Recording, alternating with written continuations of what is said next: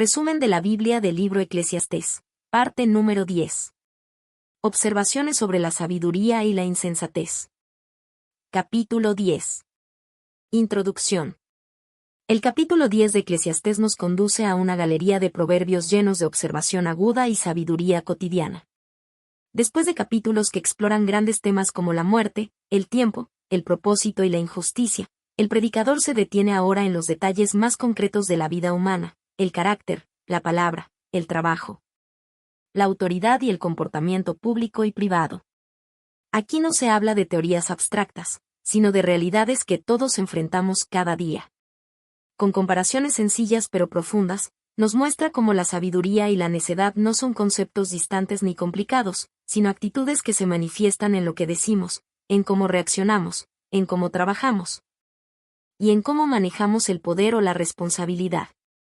Este capítulo nos recuerda que una pequeña imprudencia puede eclipsar una vida de sabiduría, y que la verdadera inteligencia no solo se mide por lo que sabemos, sino por cómo vivimos. El sabio edifica con sus palabras, actúa con discernimiento, y mantiene la calma aún frente a la adversidad. El necio, en cambio, se delata a sí mismo en cada paso, aun cuando intenta aparentar inteligencia.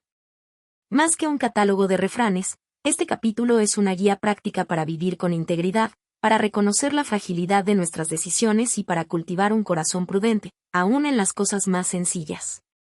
Eclesiastés 10 nos habla al oído, con voz de experiencia, y nos dice: sé sabio, porque hasta los errores pequeños tienen consecuencias grandes. Versículos 1 al 3, la insensatez se nota, aunque se intente ocultar. Las moscas muertas hacen heder y dar mal olor al perfume del perfumista. Así una pequeña locura al que es estimado como sabio y honorable. Versículo 1. Con una imagen sorprendente y sensorial, el predicador nos introduce una verdad profunda. El necio no necesita hacer grandes cosas para destruir algo valioso. Así como unas cuantas moscas muertas arruinan el aroma de un perfume fino, un pequeño acto de insensatez puede manchar la vida de una persona sabia y respetada. Esto habla del poder destructivo de la imprudencia.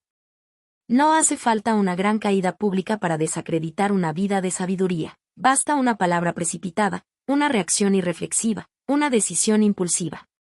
El carácter humano es como un perfume, delicado, costoso y fácilmente contaminable. El mensaje es claro: la sabiduría debe cultivarse con constancia y cuidado, pero la insensatez puede colarse en segundos y arruinarlo todo.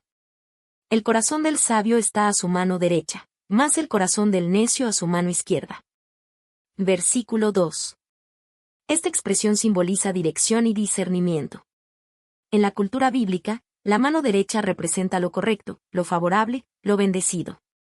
Así, el sabio tiende hacia el buen juicio, hacia decisiones que nacen de un corazón orientado correctamente. Por el contrario, el necio está desalineado, mal orientado, siempre tomando el camino equivocado, aunque no se dé cuenta. La sabiduría no solo está en la mente, sino en el corazón, en el centro de nuestras decisiones. La dirección interior de una persona se refleja en cada paso exterior que da. Aun cuando el necio va por el camino, le falta cordura, y va diciendo a todos que es necio. Versículo 3. Aquí el predicador deja en evidencia la inevitable transparencia de la necedad. Aunque el necio camine como todos los demás, su falta de sensatez se revela sola. Su lenguaje, sus acciones, sus decisiones lo traicionan. No hace falta que se proclame insensato, sus hechos lo gritan por él. Este pasaje es un llamado urgente a la vigilancia interior, a no menospreciar pequeñas decisiones, porque son precisamente esas las que moldean o deforman nuestro carácter. También es una advertencia: la sabiduría se manifiesta incluso en lo cotidiano, mientras que la necedad, aunque intente disfrazarse, siempre encuentra la forma de salir a la luz. Versículos 4 al 7. Prudencia en el liderazgo y en la reacción. Si el espíritu del príncipe se exaltare contra ti, no dejes tu lugar, porque la mansedumbre hará cesar grandes ofensas. Versículo 4. Aquí el predicador nos entrega una enseñanza valiosa sobre cómo reaccionar ante el poder, especialmente cuando hay conflicto o tensión. El príncipe representa a la autoridad, y su espíritu exaltado señala la ira, la injusticia o la impulsividad de quien tiene poder. El consejo es contracultural: no huyas, no reacciones con orgullo, no respondas con rebeldía. mantén tu lugar. La sabiduría se demuestra en la calma. Una respuesta suave, una actitud serena, puede calmar la tormenta más feroz y evitar consecuencias mayores. Esta es una lección de paciencia, autocontrol y diplomacia. El sabio no huye cuando lo malinterpretan ni se enciende cuando lo atacan. Se mantiene firme, no por testarudez, sino por prudencia. La mansedumbre no es debilidad, sino fortaleza controlada. Hay un mal que he visto debajo del sol, a manera de error emanado del príncipe, versículo 5. El predicador cambia de enfoque y señala ahora un mal frecuente: los errores en las decisiones de quienes gobiernan. Esto no es una crítica ciega al liderazgo, sino una observación realista de que a veces quienes tienen poder cometen errores que afectan a muchos. Y no solo errores técnicos o estratégicos, sino errores de juicio humano, donde las personas equivocadas son puestas en lugares de honor, y las personas sabias o nobles son desplazadas o ignoradas. La necedad está colocada en grandes alturas, y los ricos están sentados en lugar bajo. Vi siervos a caballo, y príncipes que andaban como siervos sobre la tierra. Versículos 6 y 7. Estas imágenes muestran un mundo al revés: la necedad exaltada, la sabiduría ignorada, la incompetencia celebrada, la dignidad despreciada. No se refiere solo a riqueza material, sino a riqueza de carácter, experiencia o virtud. Ver siervos, representación de inexperiencia o incapacidad, cabalgando, y príncipes, símbolo de nobleza o preparación, caminando a pie, es un símbolo claro del desorden social e institucional. Esta es una denuncia suave pero firme de las injusticias estructurales y de la fragilidad de los sistemas humanos. El predicador no se queja con amargura, sino que observa con sabiduría: el mundo no siempre es justo, y la vida no siempre recompensa al capacitado. La enseñanza implícita es esta: no te sorprendas si ves necios en autoridad y sabios en el anonimato. Aún así, sé prudente, mantente firme, y sigue caminando con integridad, aunque el sistema esté torcido. Versículos 8 al 11. Precaución y responsabilidad en el trabajo. El que hiciere hoyo caerá en él, y al que aportillare vallado, le morderá la serpiente. Versículo 8. Este versículo utiliza imágenes prácticas para enseñarnos una verdad fundamental: toda acción tiene consecuencias, y cuando se actúa sin prudencia, el daño puede volverse contra uno mismo. Cavar un hoyo sin prever los riesgos puede llevar a una caída. Derribar un muro sin saber qué hay detrás puede provocar un ataque, como la mordida de una serpiente escondida. El predicador no está en contra del trabajo, sino del trabajo imprudente, apresurado, descuidado. Aquí se introduce el principio de la responsabilidad personal: si no piensas antes de actuar, puedes terminar víctima de tus propias decisiones. Quien corta piedras, se hiere con ellas; el que parte leña, en ello peligra. Versículo 9. Toda labor tiene su riesgo, incluso aquellas que parecen rutinarias o necesarias. Cortar piedra o leña eran oficios comunes, pero el mensaje es claro: incluso lo habitual puede volverse peligroso si no se actúa con atención. Este versículo no desalienta el trabajo, sino que promueve una conciencia activa, una actitud que combina esfuerzo con vigilancia. Ser diligente no es lo mismo que ser impulsivo. El sabio evalúa, se protege y planifica antes de actuar. Si se embotare el hierro, y su filo no fuere amolado, hay que añadir entonces más fuerza, pero la sabiduría es provechosa para dirigir. Versículo 10. Una imagen poderosa y directa: un hacha sin filo exige más fuerza, más esfuerzo, más desgaste. Pero afilarla antes de cortar es un acto de sabiduría. Trabajar con inteligencia ahorra energía y produce mejores resultados. Este principio aplica a todas las áreas de la vida. En el trabajo, planificar es mejor que improvisar. En las relaciones, hablar con sabiduría es más efectivo que reaccionar con dureza. En la vida espiritual, la oración y la reflexión nos preparan mejor que la actividad sin sentido. La sabiduría no solo acompaña el trabajo, lo dirige. Y eso hace toda la diferencia. Si muerde la serpiente antes de ser encantada, de nada sirve el encantador. Versículo 11.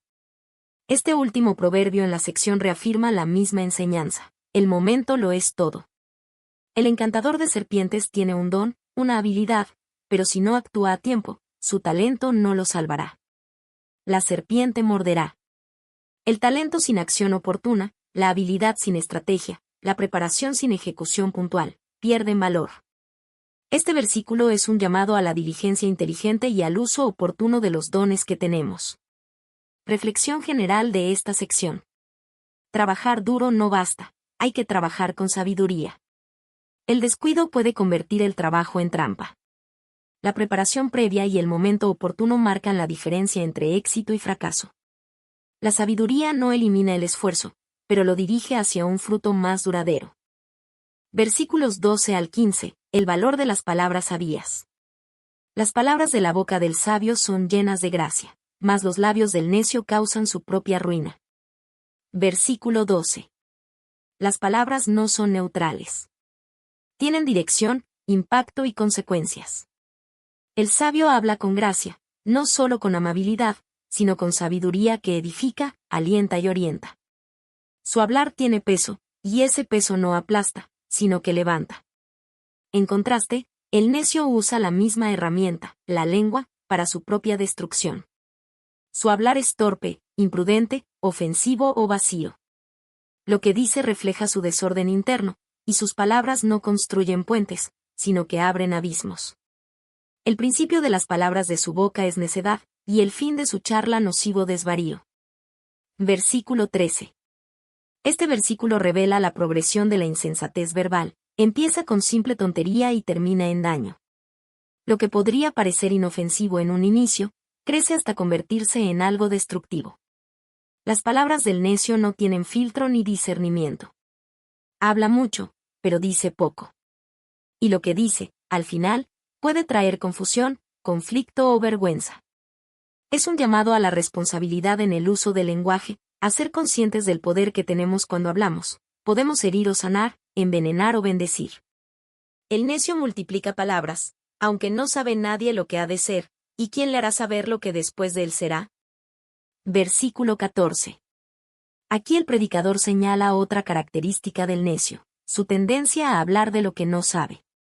Habla con arrogancia sobre el futuro, como si tuviera control, pero vive en total ignorancia del porvenir. El sabio reconoce sus límites y calla cuando no tiene certeza. El necio, en cambio, habla de todo, incluso de lo que está más allá de su comprensión. Este versículo critica la soberbia disfrazada de conocimiento y nos recuerda que muchas veces, el silencio es más sabio que la verborrea sin fundamento. El trabajo del necio fatiga, porque no sabe por dónde ir a la ciudad. Versículo 15. Esta imagen final es casi cómica, pero profundamente significativa. El necio se cansa incluso de lo más sencillo, porque no tiene dirección. No es la distancia lo que lo agota, sino su falta de orientación. No sabe llegar a la ciudad, símbolo de destino, propósito y dirección. Camina mucho, pero no avanza. Se fatiga, pero no progresa. Este versículo no se refiere solo al camino físico, sino al camino de la vida. El necio puede estar siempre ocupado, pero nunca enfocado. Llena su día de palabras, tareas y movimientos, pero todo carece de rumbo. Reflexión general de esta sección. Hablar con sabiduría no es solo saber mucho, sino saber cuándo hablar, qué decir y cómo decirlo. Las palabras del sabio son fuente de gracia, dirección y vida. Las palabras del necio son confusas, arrogantes y destructivas. No basta con hablar mucho, hay que hablar con propósito. No basta con moverse, hay que saber hacia dónde se va. Versículos 16 al 20. Sabiduría en la vida política y en lo íntimo.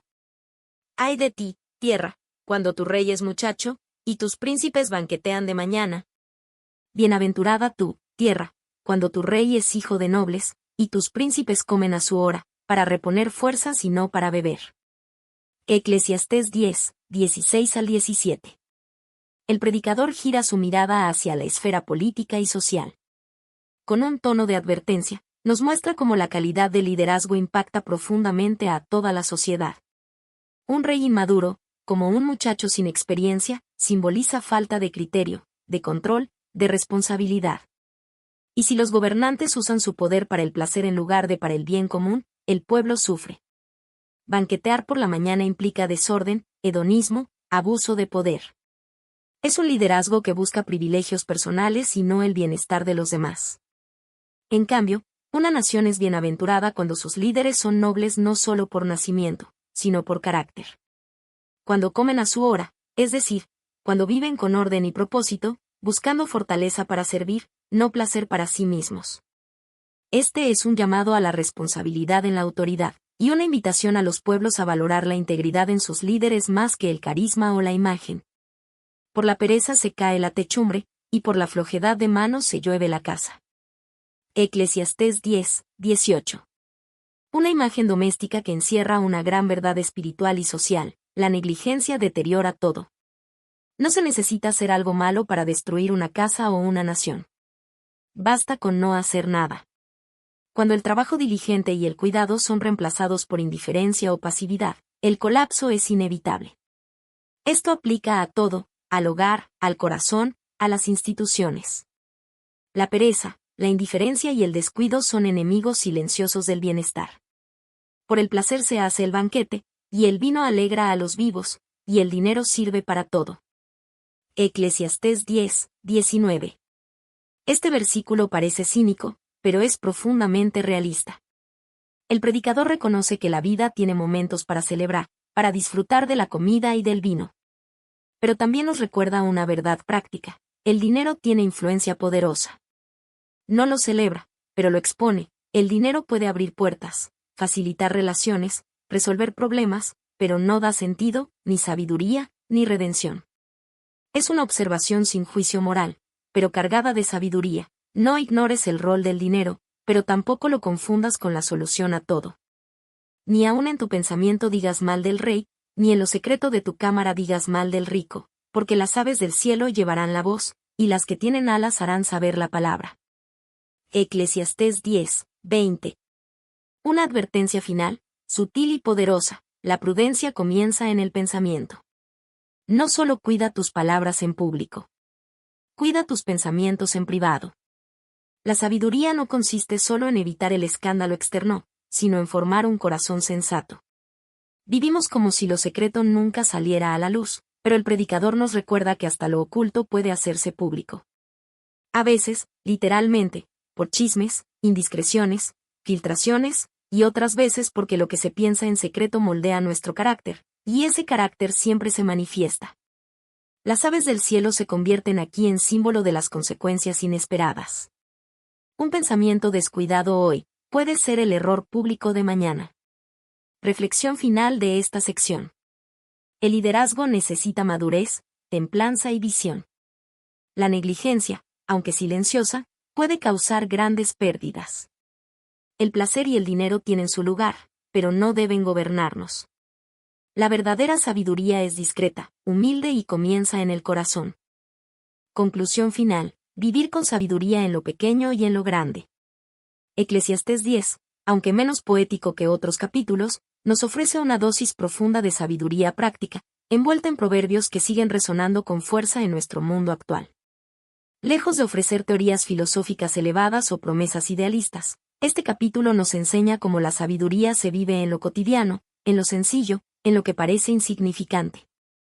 Nos recuerda que un solo error puede arruinar grandes logros. Así como una mosca muerta arruina un perfume caro, un instante de necedad puede destruir años de integridad o confianza. Por eso, el cuidado constante es parte de la vida sabia. La sabiduría no es solo conocimiento, sino actitud. Se ve en cómo respondemos a la crítica, cómo reaccionamos ante la autoridad, cómo tomamos decisiones cuando nadie nos observa. Las palabras tienen poder. Edifican o destruyen. Lo que decimos refleja lo que hay en nuestro corazón, y puede abrir caminos o cerrarlos para siempre. El trabajo sin sabiduría se vuelve fatiga inútil. La vida no exige solo fuerza, sino dirección. No se trata de hacer más, sino de hacer mejor, con prudencia, con preparación, con estrategia. Incluso lo que pensamos en secreto tiene consecuencias. Nuestros pensamientos forman nuestro carácter, y con el tiempo, nuestro carácter se refleja en nuestras acciones y en nuestras relaciones. Este capítulo nos enseña que la sabiduría no solo se necesita en momentos trascendentales, sino también en las conversaciones, decisiones, gestos y pensamientos de cada día. Vivir con sabiduría no es algo reservado para los sabios en torres altas. Es una práctica diaria, que se demuestra en el silencio, en el autocontrol, en la humildad, en la disciplina, y en la forma en que amamos, servimos y pensamos. Así que el mensaje es claro. Cuida lo que piensas. Mide lo que dices. Elige bien cómo actúas. Y sobre todo, camina con sabiduría, porque eso es lo que Dios honra. Porque la verdadera sabiduría no se queda en la teoría. Se manifiesta en cómo vivimos, cada día, en lo público y en lo secreto.